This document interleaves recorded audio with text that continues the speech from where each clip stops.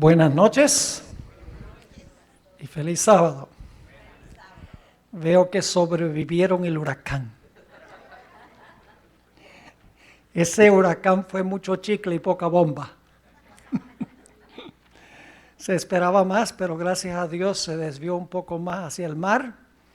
Así que los vientos no fueron tan fuertes y tampoco hubo tanta inundación. Podríamos haber tenido una reunión anoche, pero algunas personas expresaron temor y por lo tanto decidimos cancelar la reunión de anoche. Esta noche vamos a reanudar nuestro estudio que comenzamos la vez pasada, el miércoles en la noche. Este material quiero terminarlo antes de irme de Melbourne. Son bastantes páginas y aquí no está todo el material. Los últimos dos temas no están aquí. Yo quiero terminar de estudiar este tema esta noche, el primer tema de mañana en la mañana en el culto, y luego los últimos dos temas. Vamos a ver si hablamos con el pastor para ver qué vamos a hacer en cuanto a la noche que no tuvimos, porque como nos atrasamos un tema, no va a ser posible cubrir todo el temario, al menos que agreguemos una sesión, que tal vez podríamos añadir mañana en algún momento, pero ya les anunciaremos mañana cuando vamos a añadir otra sesión. Ahora, quiero en primer lugar repasar lo que estudiamos aquí el miércoles. ¿Cuántos estuvieron aquí el miércoles? Levanten la mano, casi todos. Algunos no estuvieron, le tuvieron miedo al huracán. Pero el huracán no llegó sino hasta esta madrugada. Pero de todas maneras tienen el material escrito y vamos ahora a hacer un repaso de lo que estudiamos para luego entrar en material nuevo. ¿Cuántos libros hay en el libro de Daniel? 2. ¿Cuáles son los capítulos del primer libro? 1 al 7. ¿Cuáles son los capítulos del segundo libro? 8 al 12. Muy bien. Ahora, ¿cuál es el único elemento en Daniel 7 que no se podía entender hasta el tiempo del fin?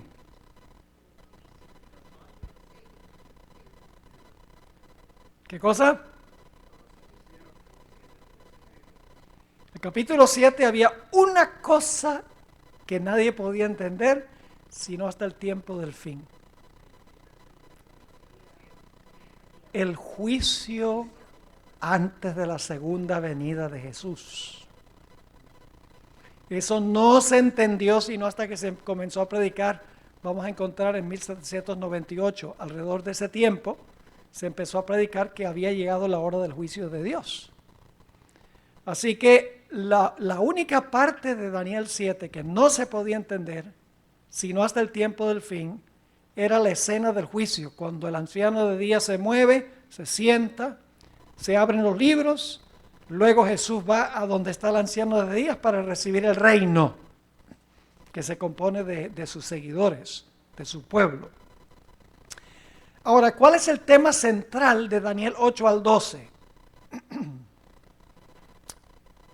¿Recuerdan que hilamos todos los capítulos? Vimos cómo todos los capítulos tienen que ver con un tema central. ¿Cuál es la profecía central de estos capítulos? Los 2300 días. La purificación del santuario. ¿Cuándo iba a ser purificado el santuario? Al terminar los 2300 días. Ese es el tema central de todos los capítulos. Capítulo 8 tiene la cadena. Y luego dice hasta 2300 días el santuario será purificado. Capítulo 9 nos da la fecha de comienzo de los 2300 días. Capítulo 10 nos da la lucha de Satanás con los reyes de Persia y de Gabriel con los reyes de Persia para que los reyes dieran los decretos para que pudieran comenzar las 70 semanas. Y luego en el capítulo 11 Gabriel vuelve y ahora le va a explicar lo que dejó pendiente en Daniel 8, solo que no solamente lo va a llevar hasta el comienzo del juicio investigador, sino que lo va a llevar hasta el mismo fin, cuando se levanta Miguel, cuando termina el juicio, y luego habla del reino eterno. Es decir, que Daniel 8 al 12 es un libro completo con un tema central, los 2300 días y el juicio investigador. Ahora sí, vamos a nuestro material. Vamos al material. El origen, la identidad, la misión y el mensaje y el destino del remanente. ¿Ven a dónde estamos? Yo tengo un material un poquito distinto, pero eso sería la página, ¿qué? ¿8? Página 8. Y vamos a seguir bastante de cerca el material.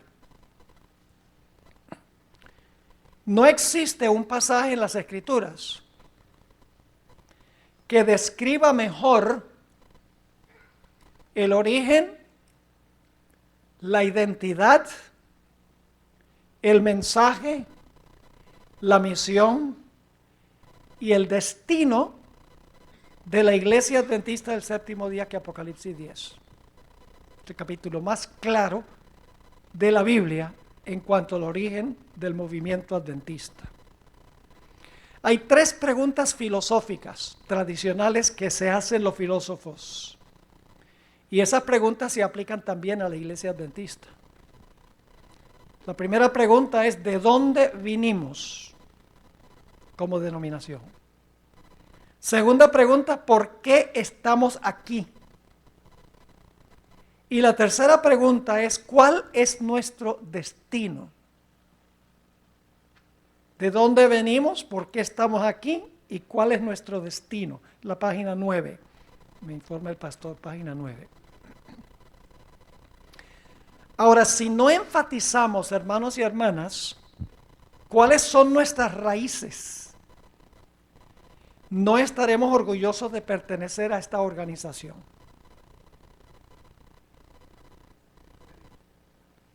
Por ejemplo, yo me imagino que aquí tenemos algunos mexicanos. ¿Qué sucede cuando el equipo nacional de México juega fútbol? ¿Qué sienten? Orgullo, porque es mexicano. Están orgullosos de sus raíces. Pero si no conocemos cuáles son nuestras raíces, no vamos a sentirnos orgullosos de lo que no sabemos a qué pertenecemos. Hoy día hay algunos teólogos adventistas, tristemente, que se avergüenzan que nuestra iglesia se haya originado en la atmósfera de un chasco. Porque vamos a encontrar que nos originamos en un chasco. Estos teólogos quieren borrar la historia de nuestro origen.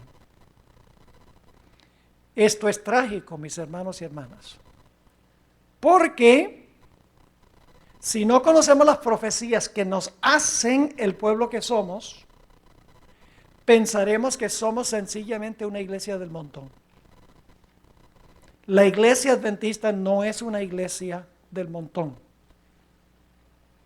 La iglesia no es adventista, no es una iglesia en medio de muchas iglesias. Es la iglesia remanente de Dios, con un origen especial, con una razón de existencia especial, con un mensaje y una misión especial y con un destino especial. Ahora, en este estudio vamos a permitir que toda la Biblia esclarezca Apocalipsis 10.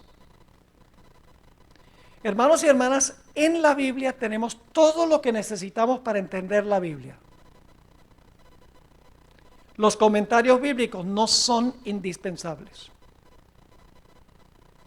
Ni siquiera los pastores y los maestros de Biblia son indispensables. Importantes sí. No hay nada malo con pastores que predican las profecías y con maestros que enseñan las profecías, pero si no hubiese pastores, ni hubiese maestros, podríamos entender la Biblia si la estudiáramos individualmente. Todo pasaje de la Biblia se explica a la luz de otros pasajes. Así que vamos a traer a colación en nuestro estudio, cuando estudiamos Apocalipsis 10, vamos a tomar a colación muchos diferentes versículos de la Biblia que esclarecen el capítulo que estamos estudiando. Hay un punto más que quiero recalcar. Estamos siguiendo aquí el material. A manera de introducción es un punto más que quiero cubrir y es este. Este estudio que vamos a hacer revela claramente que en Apocalipsis 10 se haya delineada en minucioso detalle la historia de los orígenes del movimiento adventista. Ustedes van a notar que voy a usar mucho el espíritu de profecía, además de usar la Biblia. Es decir, vamos a usar a la hermana White para respaldar lo que vamos a estudiar de la Biblia. Ahora, la última vez que yo presenté esto, vino una hermana después de la presentación y con absoluta sinceridad me preguntó, si uno quiere darle este estudio a una persona que no es adventista, ¿podemos hacerlo con la Biblia sola sin usar el espíritu de profecía? La implicación de la hermana era que una persona que no es adventista no acepta la autoridad del espíritu de profecía. Y por lo tanto, debemos usar solo la Biblia. Ahora, yo le recalqué 2 puntos. Esto es muy importante. Número 1.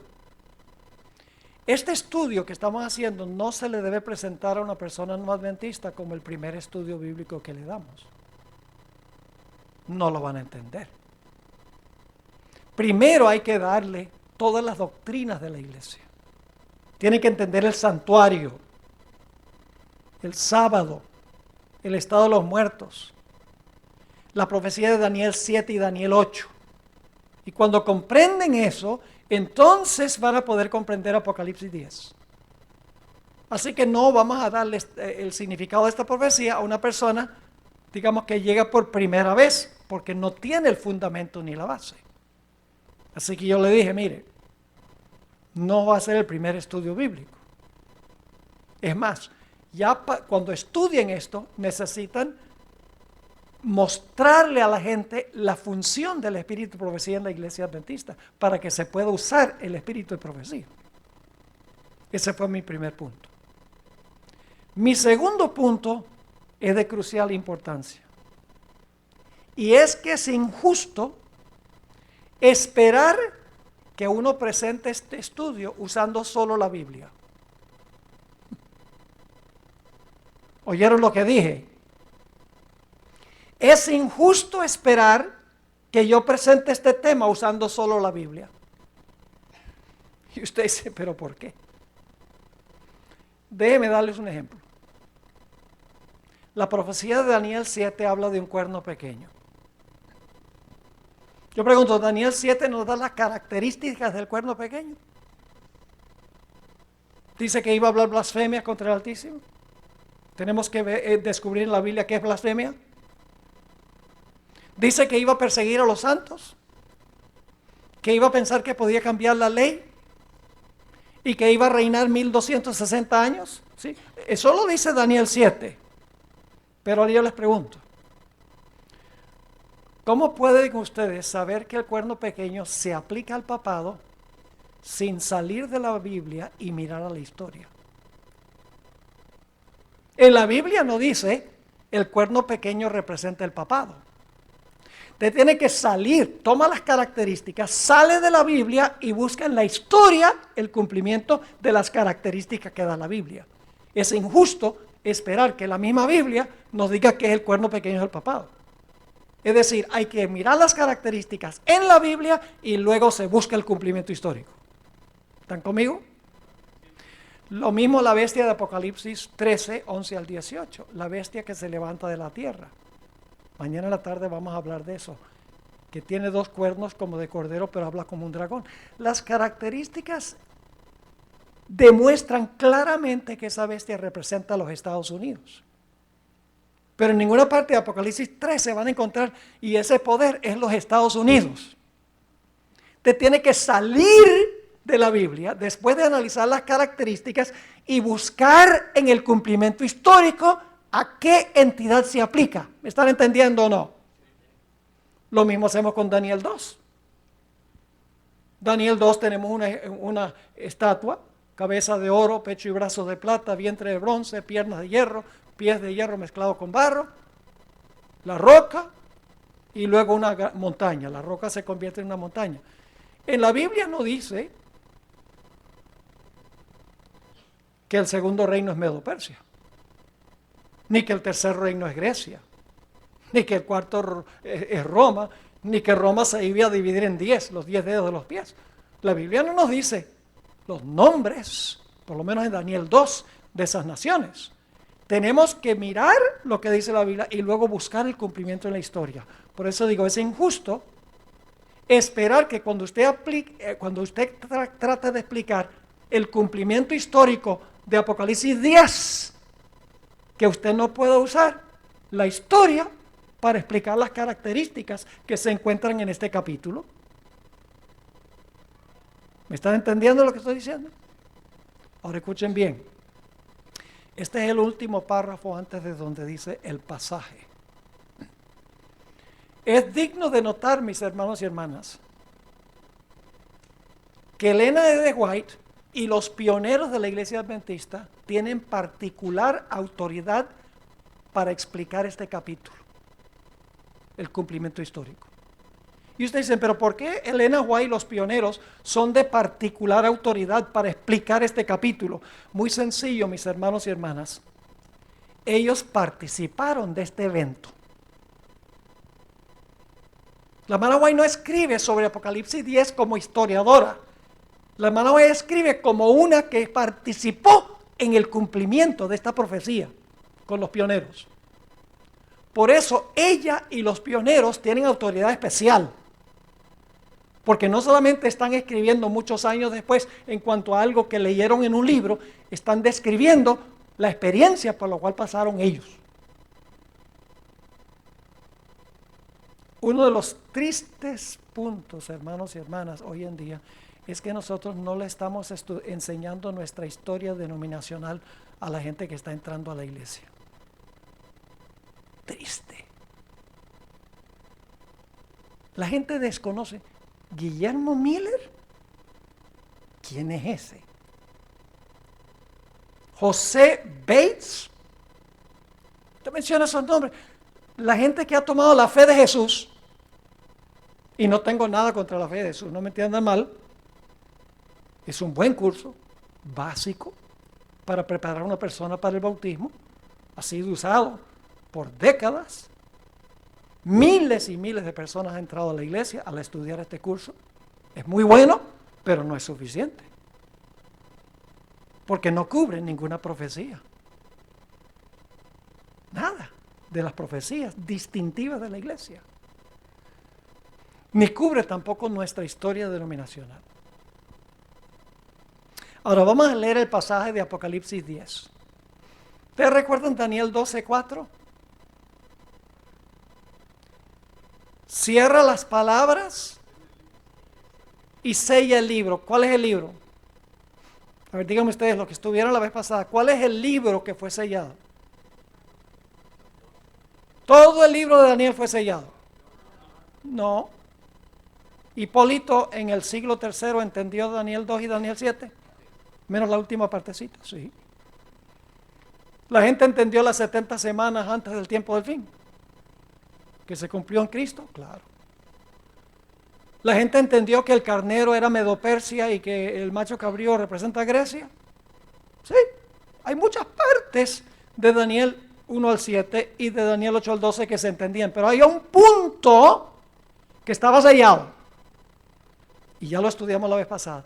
Y ese punto es que en el tiempo del fin se iba a descubrir que el juicio no era la segunda venida, sino que el juicio se iba a hacer en el cielo, una investigación de los que profesan a Cristo. Luego se iba a pronunciar sentencia y entonces iba a venir el tiempo en que Cristo iba a dar la recompensa a su pueblo basado en la evidencia que se examinó en el juicio. Eso estaba sellado hasta el tiempo del fin. Ahora, ¿creen ustedes que si un librito se selló hasta el tiempo del fin, debe haber alguna parte de la Biblia donde dice cuándo se le quitó el sello? ¿Ustedes creen que debe haber en alguna parte un pasaje que habla de un librito que ahora se abre? Pues debe haber. La pregunta es, ¿dónde? Apocalipsis 10. Ahora yo voy a leer este pasaje despacio, porque quiero que visualicen la secuencia. Vamos a estudiar. Ustedes tienen un cuadro en el material. Este cuadro tiene todo lo que vamos a estudiar esta noche y en el culto mañana y en el primer tema de la tarde. Aquí está sintetizado todo el material que ustedes tienen en este cuadro. Vamos a seguir la secuencia que tenemos aquí, pero necesitamos tener en nuestra mente la secuencia clara. Así que vamos a leer el pasaje. Vi descender del cielo a otro ángel fuerte. Eso es significativo porque Apocalipsis habla de ángeles, pero este no es cualquier ángel, este es un ángel ¿qué? Fuerte, envuelto en una nube, con el arco iris sobre su cabeza, y su rostro era como el sol, y sus pies como columnas de fuego. ¿Tienen clara la descripción física de este personaje? Un ángel fuerte, envuelto en una nube, arco iris sobre su cabeza, y su rostro brillaba como el sol, y sus pies, también se puede traducir piernas en el griego, como columnas de fuego. Versículo 2. Tenía en su mano, cuando desciende del cielo, ya el libro está ¿qué? Ya está abierto. ¿Se abrió? ¿Dónde? En el cielo, antes de que llegara. Es un detalle importante. Dice, tenía en su mano un librito abierto. ¿Será ese librito que se selló? Y ahora se abre. ¿Cómo no? Lo vamos a ver. Tenía en su mano un librito abierto y puso su pie derecho sobre el mar y el izquierdo sobre la tierra. Y clamó a gran voz, como ruge un león. Y cuando hubo clamado, 7 truenos emitieron sus voces.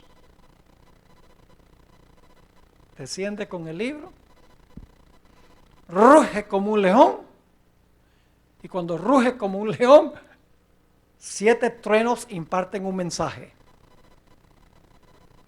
Versículo 4. Cuando los 7 truenos hubieron emitido sus voces, yo iba a escribir. Pregunto, ¿Juan entendió lo que dijeron los truenos? Porque lo iba a escribir. Dice, yo iba a escribir. Pero oí una voz del cielo que me decía, sella las cosas que los 7 truenos han dicho y no las escribas. Es decir, Juan supo lo que dijeron los truenos, pero el ángel le dijo, no escribas. Los que van a recibir el mensaje, no lo escribas. Sella lo que dijeron los 7 truenos. Y luego dice en el versículo 5, y el ángel que vi en pie sobre el mar y sobre la tierra, levantó su mano al cielo. Vamos a encontrar que levantó fue la mano derecha al cielo. En Daniel 12, el mismo ángel levantó la mano izquierda y la mano derecha cuando hizo el juramento. Y la razón es muy sencilla. En Daniel 12, el ángel todavía no tenía el librito. En Apocalipsis 10 solo puede levantar la mano derecha porque la izquierda tiene el libro. Todo esto lo vamos a notar. Detalles vitales. Así que dice, versículo 5, y el ángel que vi en pie sobre el mar y sobre la tierra levantó su mano al cielo, como se hace en un tribunal, cuando se va a juramentar, y juró, por el que vive por los siglos de los siglos, que creó el cielo y las cosas que están en él, y la tierra y las cosas que están en ella, y el mar y las cosas que están en él. Y ahora fíjense cuál es el juramento. Jura en nombre del Creador. Y luego el juramento dice que ¿qué cosa? Que el tiempo no sería más. ¿Qué significa eso? Que el tiempo no sería más. Todo esto lo vamos a estudiar. Luego dice, sino que en los días de la voz del séptimo ángel, y aquí hay un problemita de traducción, todas las versiones en inglés lo tienen correcto, pero la versión del 60, que es la que yo uso, no tiene la traducción exactamente correcta. En realidad, el texto griego dice, sino que en los días de la voz del séptimo ángel, cuando esté a punto de tocar su trompeta. Así que dice, sino que en los días de la voz del séptimo ángel, cuando él esté a punto de tocar su trompeta, el misterio de Dios se consumará. Es decir, el misterio de Dios termina cuando está por sonar ¿qué? La séptima trompeta, como él lo anunció a sus siervos los profetas. Es decir, el misterio de Dios se anunció por los profetas. Luego viene el versículo 8. La voz que oí del cielo habló otra vez conmigo y dijo, ve y toma el librito que está abierto en la mano del ángel que está en pie sobre el mar y sobre la tierra. Y fui al ángel diciéndole que me diese el librito. Y ahora viene una declaración del ángel muy interesante. Dice, toma y cómelo, y te amargará el vientre, pero en tu boca será dulce como la miel. Fíjese qué interesante el orden que tenemos aquí. Cuando estudiamos la Biblia hay que estudiar los detalles. Yo pregunto, ¿qué viene primero? ¿Usted se come algo y es dulce en la boca y luego amargo en el vientre? ¿O es primero amargo en el vientre y luego se lo come? ¿Ven el orden inverso? Dice, y hay una razón por esto que vamos a ver. Dice, y fui al ángel diciéndole que me diese, versículo 8, la voz que oí del cielo habló otra vez conmigo y dijo, ve y toma el librito que está abierto en la mano del ángel que está en pie sobre el mar y sobre la tierra. Fui al ángel diciéndole que me diese el librito y él me dijo, toma y cómelo y te amargará el vientre, pero en tu boca será dulce como la miel. Fíjese que invierte el orden. Pero luego vamos a encontrar que más adelante da el orden correcto. Dice en el versículo 10, entonces tomé el librito de la mano del ángel y lo comí. Y era en mi boca, ahora sí viene el orden correcto. Y era en mi boca como dulce como la miel. Pero cuando lo hube comido, amargó mi vientre. Se comió el librito, dulce en la boca y amargo en el vientre. ¿Qué es lo que contiene el librito? ¿Cuál es el tema central del librito? Los 2300 días y el ¿qué? Y el juicio investigador, el comienzo del juicio investigador.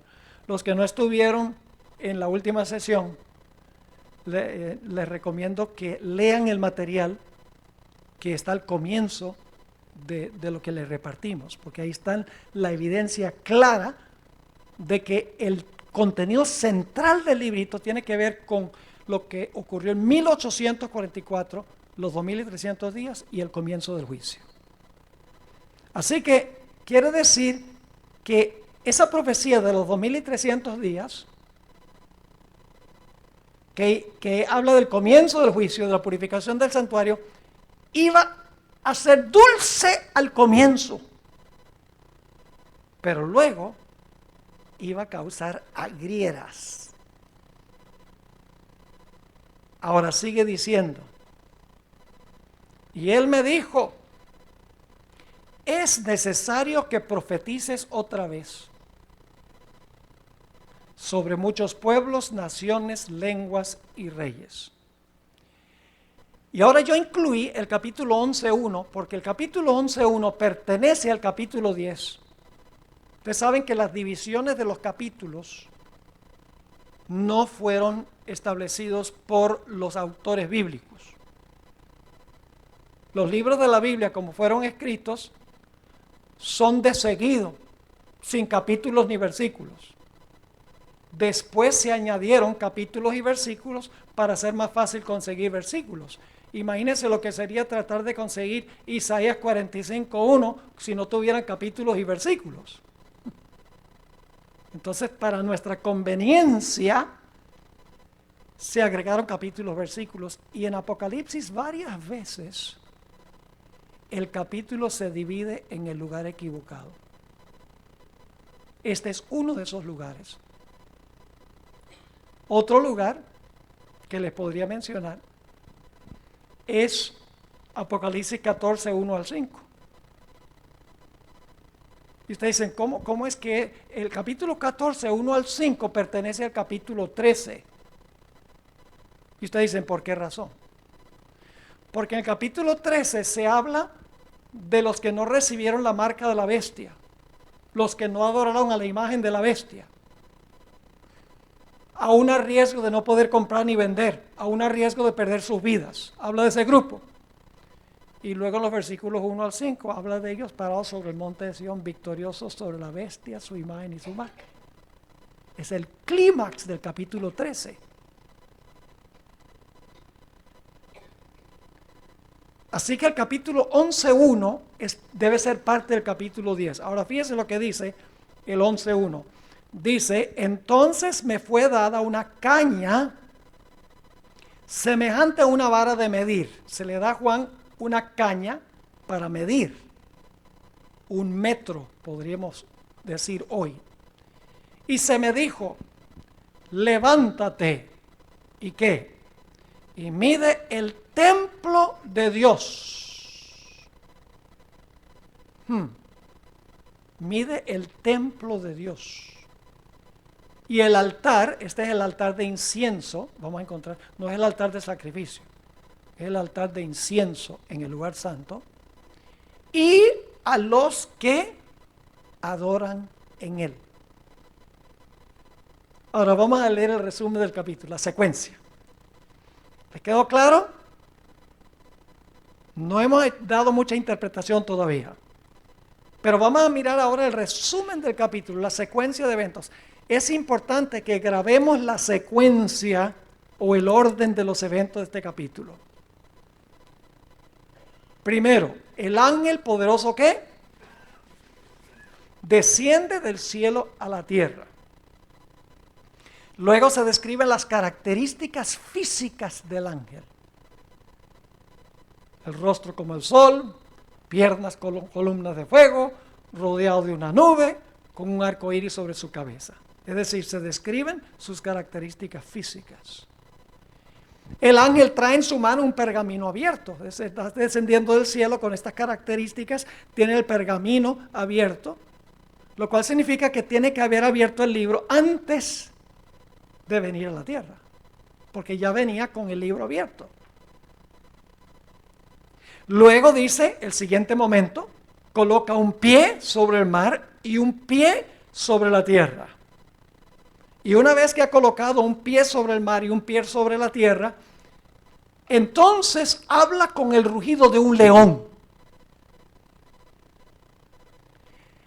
Y el rugido del león causa un eco que repite como 7 truenos, con un mensaje. Y se le dice a Juan, lo que dijeron los truenos, no lo escribas. Los que leen esta profecía, al principio no deben entender lo que dijeron los truenos. Están sellados, se le dijo a Juan. Y luego dice que el ángel, después del rugido del león, los 7 truenos, dice que el ángel levanta la mano derecha hacia el cielo y hace un juramento. En el nombre del Dios creador. Y el juramento dice que el tiempo no será más. Vamos a ver a qué tiempo se refiere eso.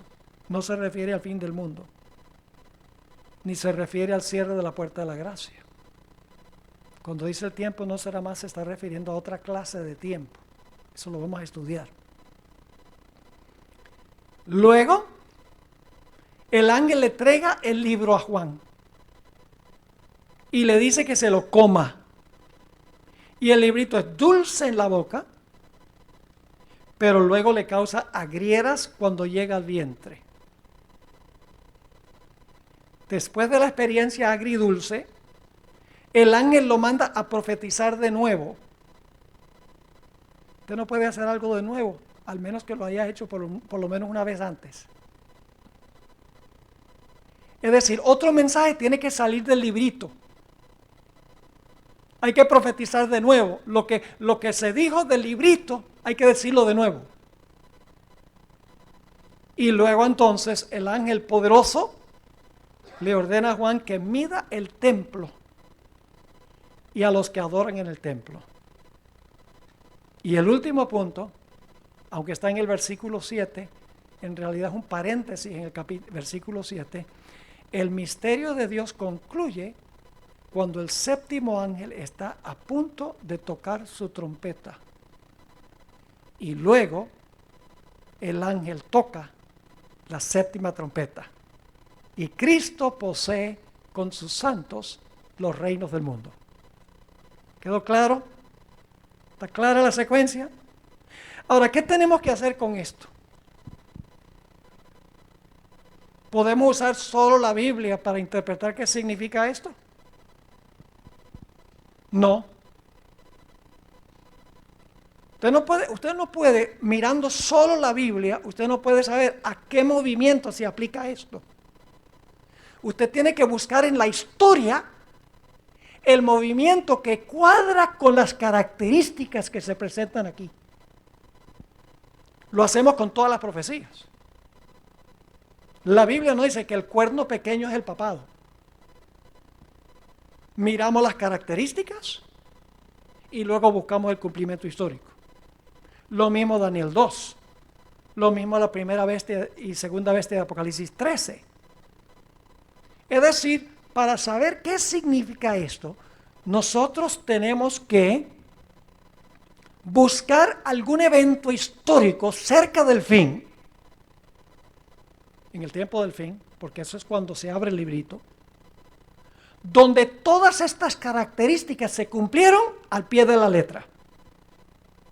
¿Me están entendiendo lo que estoy diciendo? Ahora hablemos del mensajero. Esta noche no vamos a cubrir todo este material, solo 1 o 2 páginas más. Hablemos del mensajero. ¿Quién es este mensajero? El mensajero no es más ni menos que Cristo Jesús. Y algunos dicen, pero Jesús es un ángel. Jesús no es un ángel. Jesús es el ángel de Jehová. El arcángel Miguel. Dios en todo sentido de la palabra. Sencillamente la palabra ángel significa mensajero. Cristo es el mensajero especial del Padre, pero es igualmente Dios que el Padre. Este ángel, se debe escribir la palabra ángel con mayúscula inicial. Es el ángel de su faz, se le llama en Isaías 63. Es el mismo ángel que se apareció en la zarza ardiente. Y Moisés le dijo, cuando Israel me pregunte cuál es tu nombre, ¿qué les digo? Dice, yo soy el que soy, dijo el ángel. Cristo. ¿Cómo sabemos eso? Si ustedes leen Apocalipsis 1, van a encontrar que se describe a Jesús. Y dice allí que su rostro le brilla como el sol. Y dice también que sus pies son como columnas de fuego. Y en Apocalipsis 4 y 5 se dice que está rodeado de una nube, Jesús. ¿Quién es el león de la tribu de Judá? ¿Quién es el que ruge como un león? Jesús. Él es el león. Y aquí dice que ruge como un león. ¿Qué representa el arco iris? En el libro de la Educación, páginas 102 y 103, la sierva de Dios dice: así como el arco en las nubes es el resultado de la unión de la luz del sol y la lluvia, el arco que hay sobre el trono de Dios representa la unión, debe ser la unión, no a unión, la unión de su misericordia y de su justicia. Dios dice al alma pecadora pero arrepentida: vive, para ti se halló redención. Así que el arco iris representa una combinación de la misericordia y la justicia de Dios. Yo pregunto entonces, cuando el ángel desciende, ¿la puerta de la gracia todavía está abierta? ¿Hay misericordia todavía? Oh, claro que sí. Ahora, la hermana White confirma lo que dice la Biblia. Claramente dice que este ángel no es más ni menos que un símbolo de Cristo Jesús. Dice: el ángel poderoso que instruyó a Juan no es más ni menos que Jesucristo.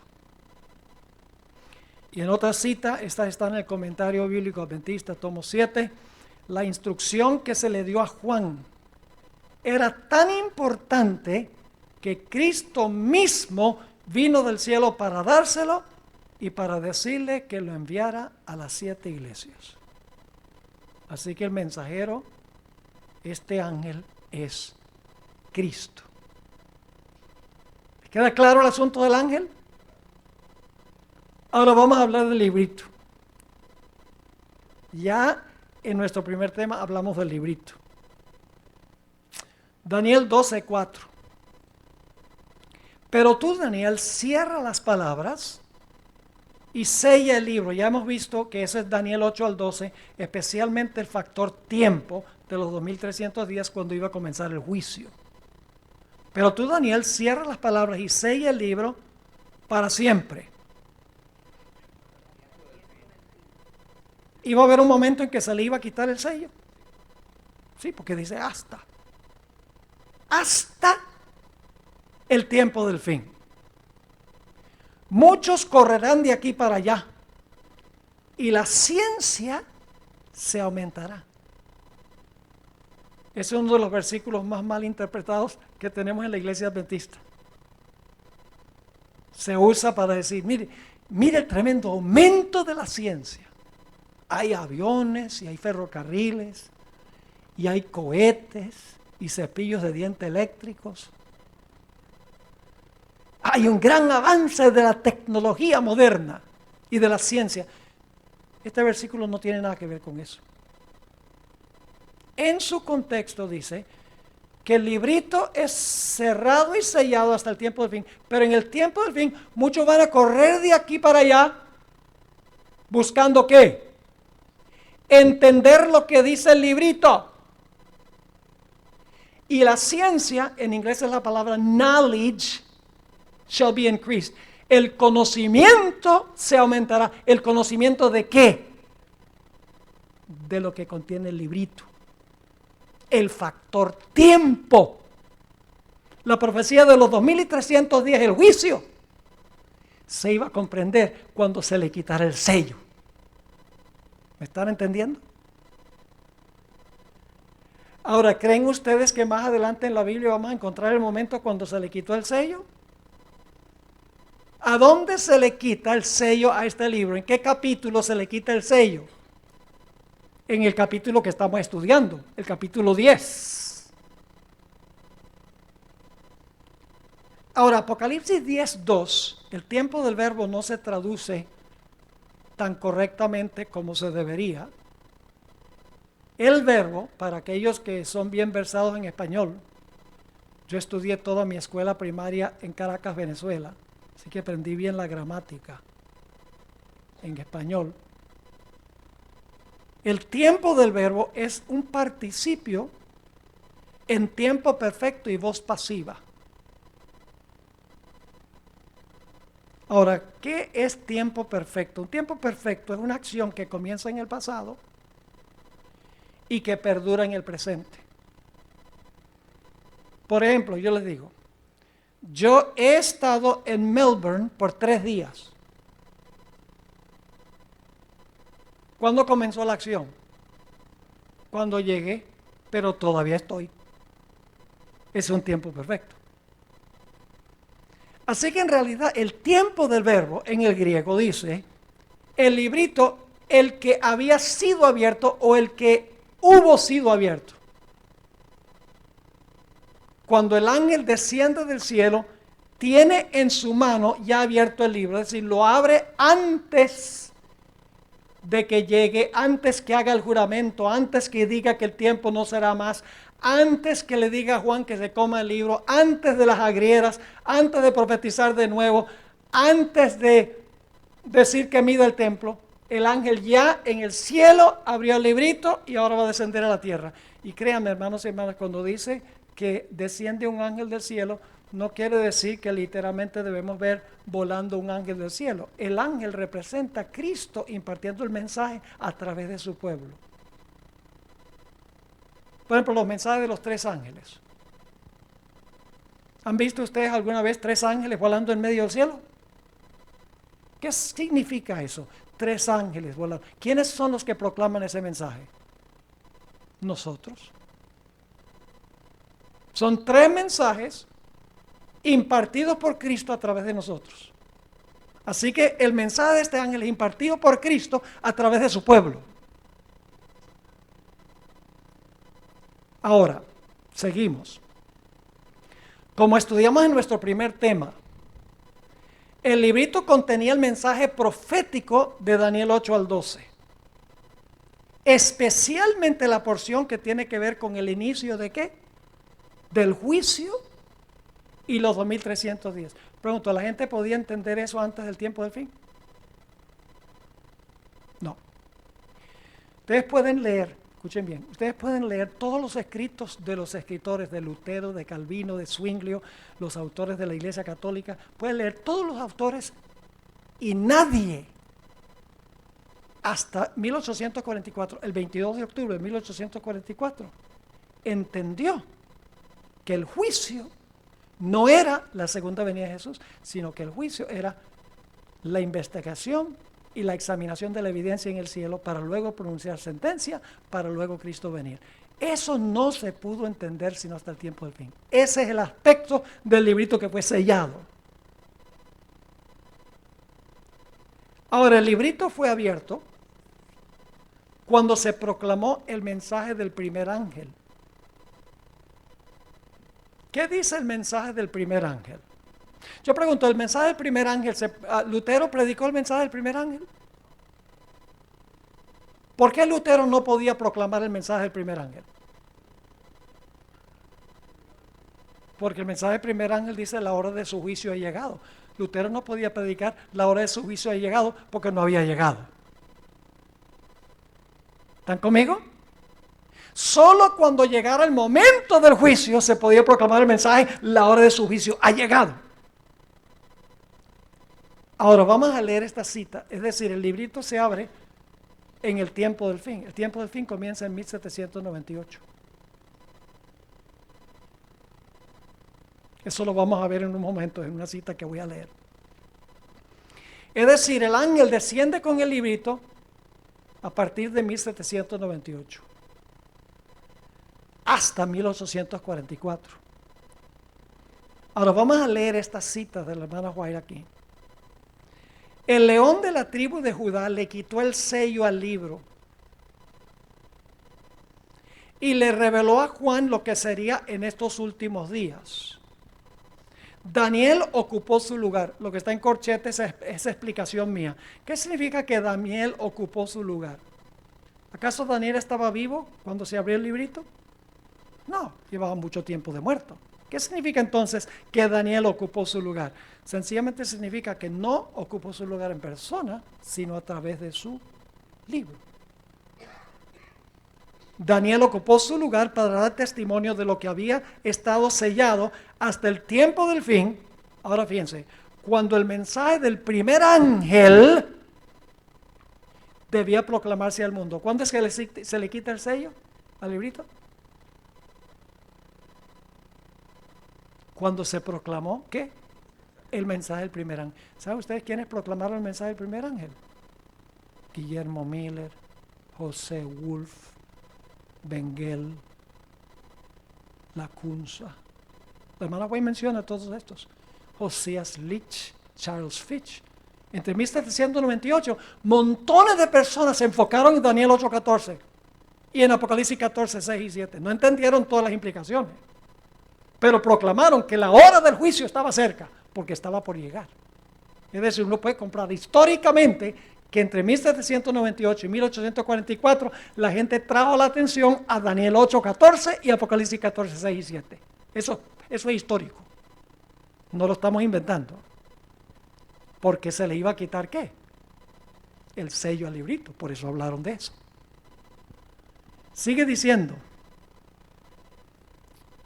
estos asuntos son de importancia infinita en estos últimos días, pero mientras que muchos serán limpios y emblanquecidos y purificados, los impíos procederán impíamente y ninguno de ellos entenderá. Al libro de Daniel se le quita ¿qué cosa? El sello en la revelación que le fue dada a Juan. Y esto nos lleva hacia adelante al mismo fin de la historia de este mundo. Ahora, note la siguiente cita. Las profecías presentan una sucesión de acontecimientos, lo que yo llamo la gran cadena profética. Por ejemplo, Daniel 7. Daniel 7 presenta una sucesión de eventos. Babilonia, Medo-Persia, Grecia, el Imperio Romano, se divide el Imperio Romano, aparece el cuerno pequeño, gobierna 1260 años, luego entonces se ve la escena del juicio, el juez se sienta, los libros se abren, Cristo entra para recibir el reino y viene el tiempo cuando se entrega el reino a Jesús y a todos sus seguidores. Esa es la cadena profética. Eso es lo que quiere decir la hermana White cuando dice las profecías presentan una sucesión de acontecimientos. ¿Y a dónde lleva esa cadena finalmente? Que llevan al comienzo del juicio. ¿Cuál es el clímax de toda la cadena profética? El comienzo del juicio. Sigue diciendo, esto es particularmente cierto del libro de Daniel.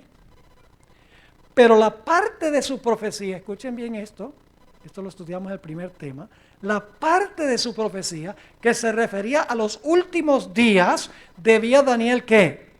Cerrarla y sellarla hasta el tiempo del fin. ¿Qué debe hacer Daniel? Sellar todo el libro de Daniel, lo selló. No, dice ¿qué cosa?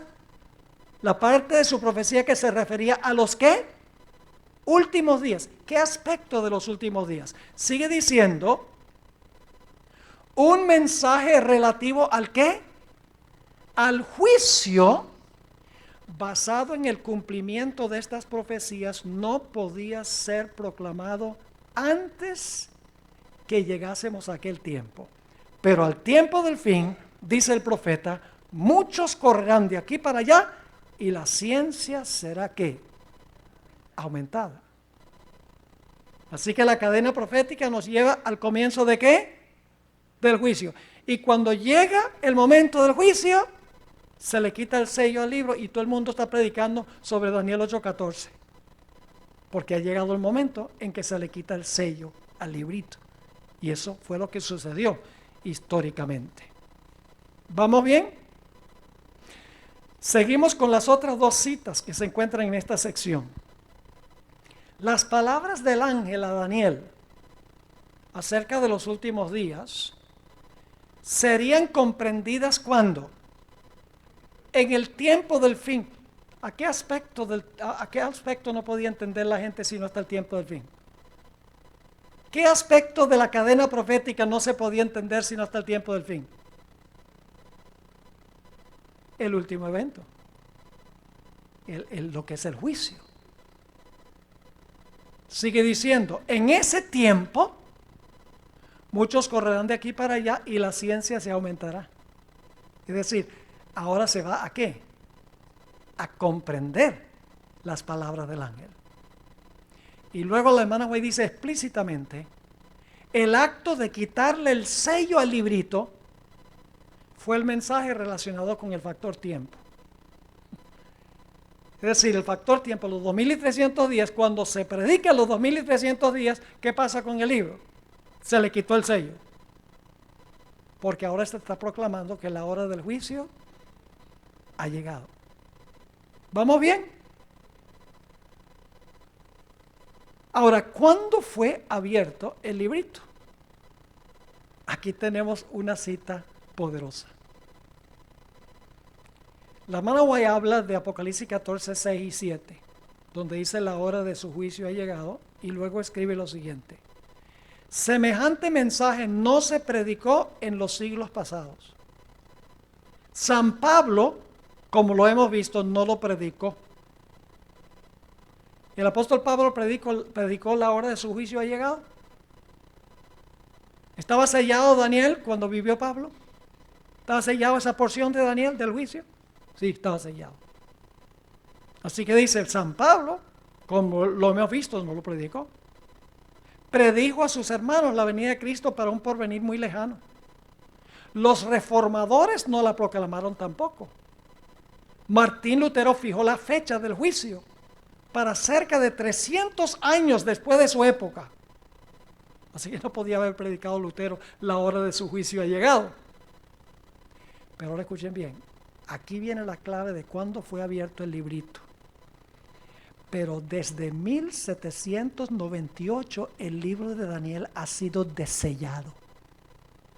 ¿Cuándo se le quitó el sello? ¿Cuándo entonces comienza el tiempo del fin? En 1798. ¿Qué gran evento hubo en 1798? ¿Qué pasó en 1798? La herida de muerte que concluyó ¿qué periodo? Los 1260 días. Y en Daniel 7, ¿cuál es el siguiente evento después de los 1260 días? En Daniel 7, ¿qué es la siguiente escena después que se describen los 1260 días? ¿Qué es el siguiente punto en el siguiente versículo? El juicio. El juicio. Así que dice, desde 1798, el libro de Daniel ha sido desellado. Y ahora escuchen qué es la ciencia. La ciencia de las profecías ha aumentado. El hermano White nunca usa Daniel 12:4 para hablar del aumento de la tecnología moderna. Jamás. Siempre lo usa en su contexto correcto. Dice, desde 1798 el libro de Daniel ha sido desellado. La ciencia de las profecías ha aumentado y muchos, y ustedes tienen algunos ahí en corchetes, Lacunza, José Wolf, Bengel, Gaussen, Guillermo Miller, José Slitz, Charles Fitch, etcétera. Los menciona la hermana White. Ella vivió en esa época, sabe de qué está hablando. Han proclamado, ¿qué es lo que proclamaron cuando se le quita el sello al libro? Han proclamado el solemne mensaje del juicio cercano. ¡Qué tremendo! La viejita sabía de qué estaba escribiendo.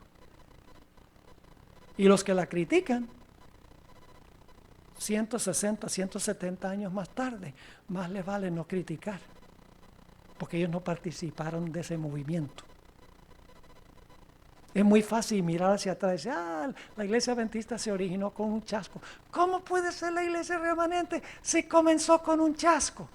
Y la gente critica. ¿Y cómo se puede enseñar que Cristo va a examinar las vidas de los que profesan su nombre? ¿Eso no nos quita acaso la seguridad de salvación? Eso lo están diciendo muchos teólogos adventistas hoy en día. Que la idea de que Cristo va a examinar los casos de los que profesan su nombre nos quita la seguridad de salvación. No, señor. Solamente te quita la seguridad de salvación si tu relación con Cristo no es consecuente. Ahí sí. Último punto que vamos a cubrir esta noche. La extensión global del mensaje. El ángel que tiene el libro presenta un mensaje de extensión global a toda nación, tribu, lengua y pueblo. ¿El mensaje del juicio a cuántos va? Dice el mensaje del primer ángel a toda nación, tribu, lengua y pueblo. Aún hoy en día, cuando usamos la expresión por tierra y mar, ¿significa qué cosa? Por todas partes. Ahora escuchen esto. Este mensaje se presenta en forma simbólica al principio del capítulo. Entonces, ¿cómo así que se presenta, que el mensaje va a ser global, se presenta en forma simbólica? La forma simbólica es porque el ángel pone un pie en el mar y un pie en la tierra. Eso es lenguaje simbólico. Es decir, que va a ir a todo el mundo. Pero al final se expresa en lenguaje literal, porque se dice, es necesario que profetices otra vez a muchos pueblos, lenguas y naciones.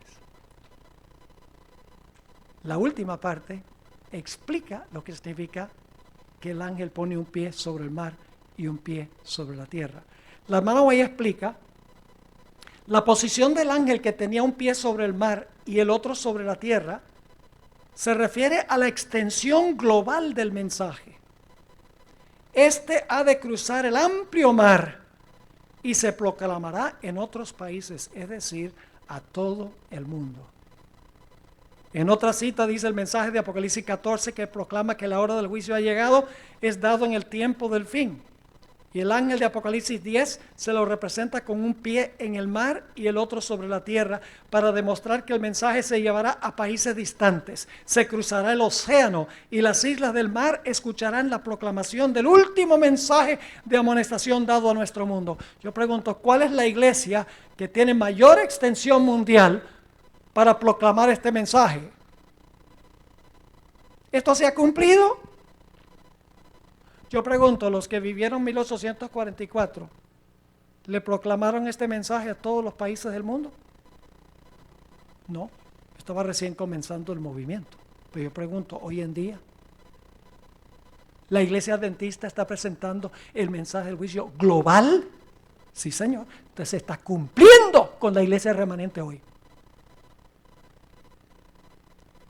Ahora, la expresión tierra y mar también podría significar que el mensaje se debe proclamar en el viejo mundo, porque hubo una bestia que se levantó del mar, eso es en Europa, y otra bestia que se levanta de la tierra, que es los Estados Unidos, el nuevo mundo. Es decir, iba a proclamarse el mensaje en el viejo mundo y en el nuevo mundo. Es decir, iba a ser un mensaje global. Un último punto antes de terminar.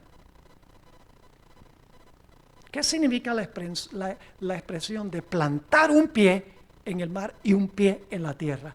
Lo que el ángel está diciendo es, esto es mío. Fíjense Deuteronomio 11:24. Dejamos que la Biblia misma se explique. Si queremos saber qué significa plantar los pies, busquemos otro versículo que explica qué significa plantar los pies.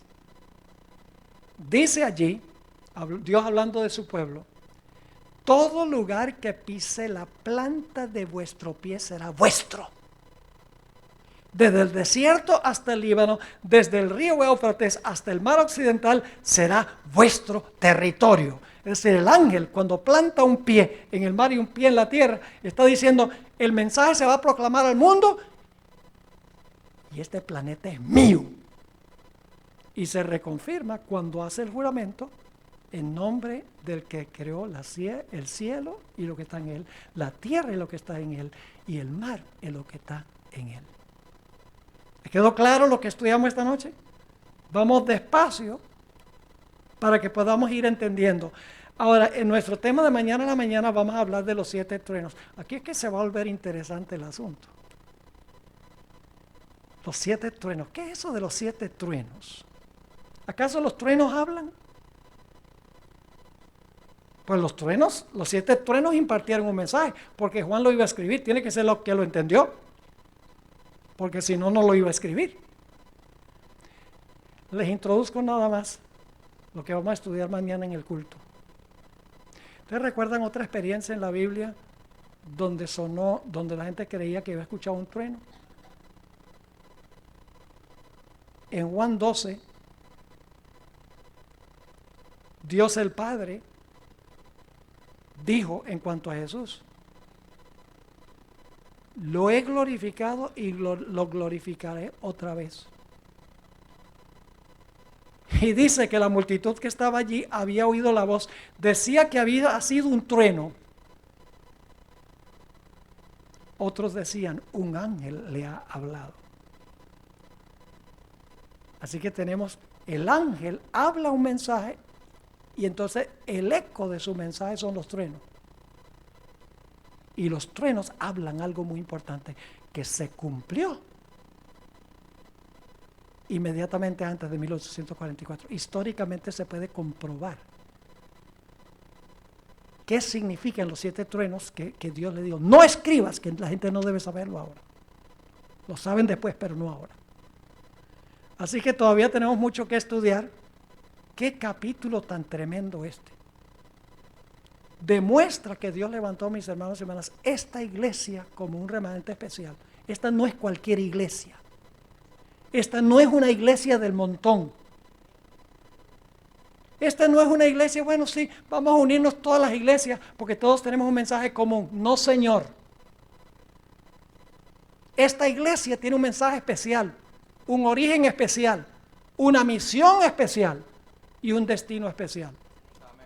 Y hay de nosotros si nosotros no estamos cumpliendo con la misión que Dios nos ha dado, la razón de nuestra existencia. Tristemente nos hemos desviado en gran medida de nuestra misión.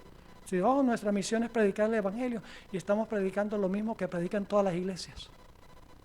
Y tal vez le agregamos un poquito de sábado y un poquito de no comer puerco, si acaso.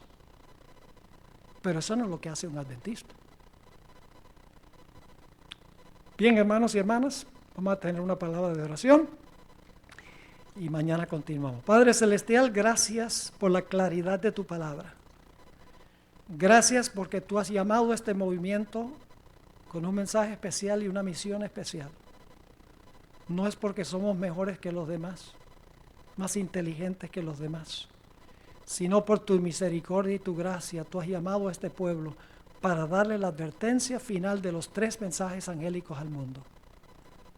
En cierta medida nos hemos desviado de esa misión, Señor, y de ese mensaje. Te pido que vuelvas a traer a tu pueblo a la razón de su existencia. Ayúdanos a entender estas cosas y a compartirlas, porque sabemos que cuando este mensaje de los 3 ángeles se predique en todo el mundo, entonces vendrá el fin. Oh Señor, queremos que ese fin venga pronto. Gracias, Padre, por habernos acompañado, por escuchar nuestra oración, pues te lo imploramos en el nombre de Jesús. Amén. Amén. Pastor. Una cosa que quiero anunciar. Como ustedes saben, yo represento un ministerio que se llama Secrets Unsealed. Soy el presidente de ese ministerio. No es un ministerio independiente. ¿Escucharon lo que dije? La gente dice, ese ministerio del pastor Borges es un ministerio independiente. No, es un ministerio de apoyo a la iglesia. Somos reconocidos en nuestra conferencia, predicamos el mensaje adventista. Traje algunas tarjetas, si ustedes quieren estar en nuestra lista de correos, quieren recibir nuestro noticiero, quieren recibir el catálogo, artículos que yo escribo de vez en cuando, pueden llenar esta tarjeta y entregármela. Prefiero que sea por correo electrónico, mucho más práctico, más económico, pero si no tienen correo electrónico, pongan su dirección postal, su dirección de calle, y le vamos a mandar entonces por correo todos los materiales que mandamos regularmente. No hay ninguna obligación, no vamos a estar molestándolos pidiendo dinero. Sí mandamos cartas sobre lo que estamos haciendo, y la gente si quiere dona, pero nosotros no presionamos ni le torcemos el brazo a nadie. Nosotros animamos a los miembros que den sus diezmos en la iglesia y que den sus ofrendas en la iglesia. Si apartan otra cantidad para beneficiar al ministerio, perfectamente bien. Pero nosotros no queremos que la gente tome el dinero que debe dar en la iglesia y se lo dé a nuestro ministerio. Así que aquí están las tarjetas en esta mesa. Pueden venir a tomar uno, me lo dan y entonces vamos a agregarlos a nuestra lista de correo. Gracias, Pastor Bor. ¿Estamos contentos con los mensajes? Ok, ¿a qué horas tenemos que venir mañana?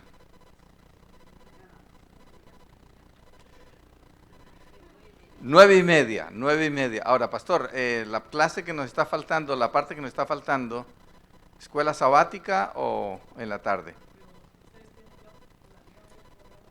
No sé.